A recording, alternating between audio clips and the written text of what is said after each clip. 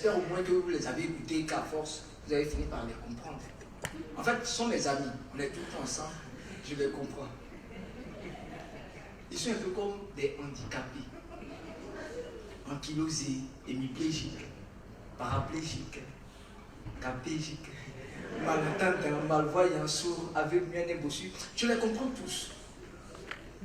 Je comprends leur mélancolie, leur dépit, ce chagrin qui les gangrène, cette tristesse qui atteste de leur faiblesse. Il y a un peu comme de l'amertume qui écume chacune de leurs plumes. C'est récurrent, mais je les comprends. Ils vivent des épreuves douloureuses. Exutoire mais non expiatoire. Je comprends tant bien leur émoi que leur déboire. Ils vivent dans des regards frustres. Ces regards leurs qui par les autres s'incrustent. Je les comprends autant que je me sens.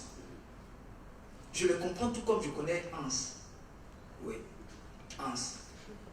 Ce garçon vieux d'une vingtaine d'années seulement, ayant à son passif de nombreuses crises anémiques et rhumatismales, des interventions cliniques et chirurgicales, des dialyses sans fin car insuffisant rénal et que sais-je, tous ces mots que pourraient connaître des personnes génétiquement saines sous ce tropique du cancer. Oui, Hans, ce garçon brave, battant, courageux et ambitieux, mais souffreteux, qui n'avait d'autre moyen de faire passer ses crises d'hystérie, fruit incontestable de sa rancœur envers la nature qui l'avait rendu ainsi, que de s'acharner à des corvées perfides, qui ne l'aidaient qu'à le rendre plus fébrile.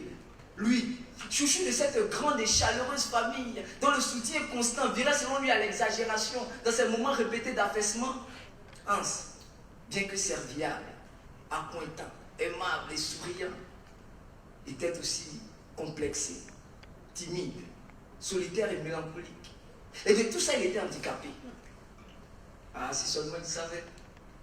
Si seulement il savait que la déclaration du bon état de santé de tout individu devait requérir un ensemble de facteurs physiques, physionomiques, psychiques, spirituels, relationnels, intellectuels, matériels, que personne sur cette terre ne pouvait à lui seul le réunir, il aurait compris que la vie est à appréhender comme ce trésor imparfait à modeler qu'il faudrait pouvoir accepter avec philosophie pour en tirer le maximum du profit. Mais toutes ces choses, il ignore. Pire, dans le désespoir, il entrevoit au carrefour sa mort à l'aube. Et comme je le criais tantôt, je le comprends, mais je le plains. Je le plains car comme un barjot, il lui manque l'estime de sa propre personne, mais il ignore qu'il n'y a point de désespoir, qu'il ne devrait entrevoir au carrefour sa mort à l'aube. L'écho avec son œil mauvais, la langue saburale, a bel et bien tort de prendre cette terre, entendu quelque part et de répéter à tout venant, tout vent, trop tard. Quoi trop tard? Rien n'est trop tard. Ainsi il se comporte comme sa chère patrie, la Côte d'Ivoire, qui elle se trouve être handicapée d'être un pays d'Afrique, dépourvu de son ivoire. Handicapé par sa forme carrée, son formidable relief favorable à son développement économique, sa démographie cosmopolite, sa pluralité ethnique, ses richesses naturelles, sa diversité culturelle dont elle ne sait que faire. Handicapé car regorgeant trop de visionnaires malvoyants.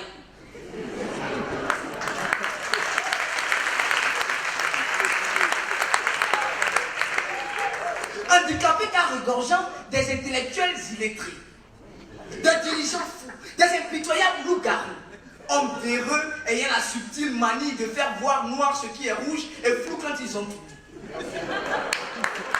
Et bien, cher public, je n'y comprends rien et cela me rend fou. Franchement, mais vous savez ce qui me rend encore plus fou? C'est que je les comprends tous. Mais moi-même, souvent, je ne me comprends pas.